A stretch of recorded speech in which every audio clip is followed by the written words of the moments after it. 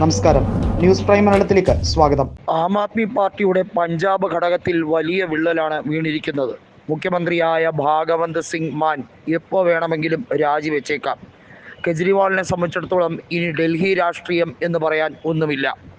അവിടെ ഇനി തിരിച്ച് അധികാരത്തിലേക്ക് എത്തും എന്നൊരിക്കലും ചിന്തിക്കാൻ കൂടി കഴിയാത്ത ഒരവസ്ഥ.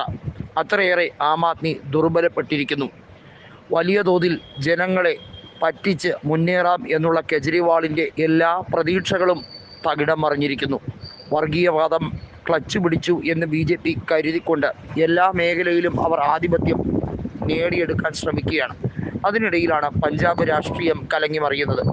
BJPയുമായി ഒരു ഒത്തുതീർപ്പ് ഫോർമുലയിലേക്കാണ് കെജ്രിവാൾ നീങ്ങുന്നത്.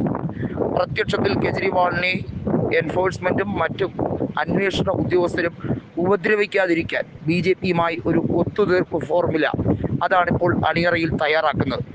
ഇന്ത്യ മുന്നണിയിലേക്ക് നുഴഞ്ഞു കയറിയതും BJPക്കെതിരെ പോരാട്ടം കടുപ്പിക്കും എന്ന് കെജ്രിവാൾ പരസ്യപ്പെടുത്തിയതും ഒക്കെ വെറും പൊള്ളയായ വാദമാണെന്ന് ഇപ്പോൾ തെളിയിക്കപ്പെട്ടിരിക്കുകയാണ്.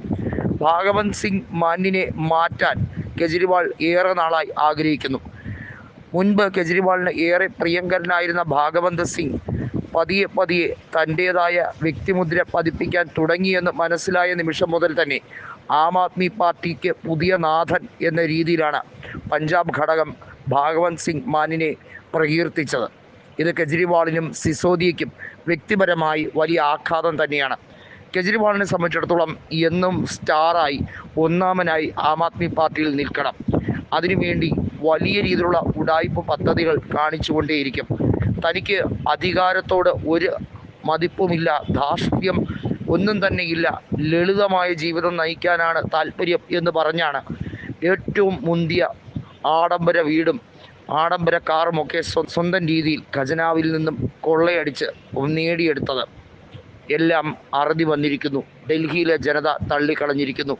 ഇനി ആകെയുള്ളത് പഞ്ചാബ് രാഷ്ട്രീയത്തിൽ തെളിയിക്കുക എന്നുള്ളതാണ്. അതാണെങ്കിൽ കഴിയുന്നുമില്ല.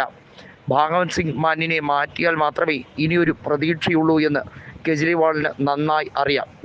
തൻ്റെ കൂടെ നിൽക്കുന്ന MLAമാരുടെ ഒരു യോഗം എന്ന രീതിയിലേക്ക് വിളിക്കാനാണ് രഹസ്യമായി സിസോദിയെ കെജ്രിവാൾ ഏർപ്പാട് ചെയ്തിരിക്കുന്നത്.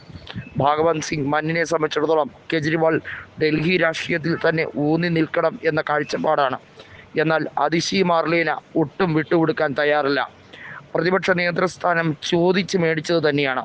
അതിശയെ സംബന്ധിച്ചിടത്തോളം ഇനി മുഖ്യമന്ത്രി ആയില്ലെങ്കിലും കുഴപ്പമില്ല.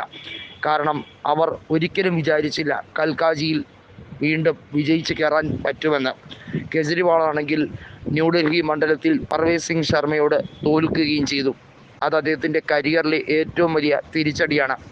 മുൻ മുഖ്യമന്ത്രിയായ ഷീല ദീക്ഷിത്തിനെ എരുംകള്ളി എന്ന രീതിയിൽ മുദ്ര കുത്താൻ ശ്രമിച്ച കെജ്രിവാളിന് 8ൻ്റെ പണിയാണ് കാലം കൊടുത്തത്.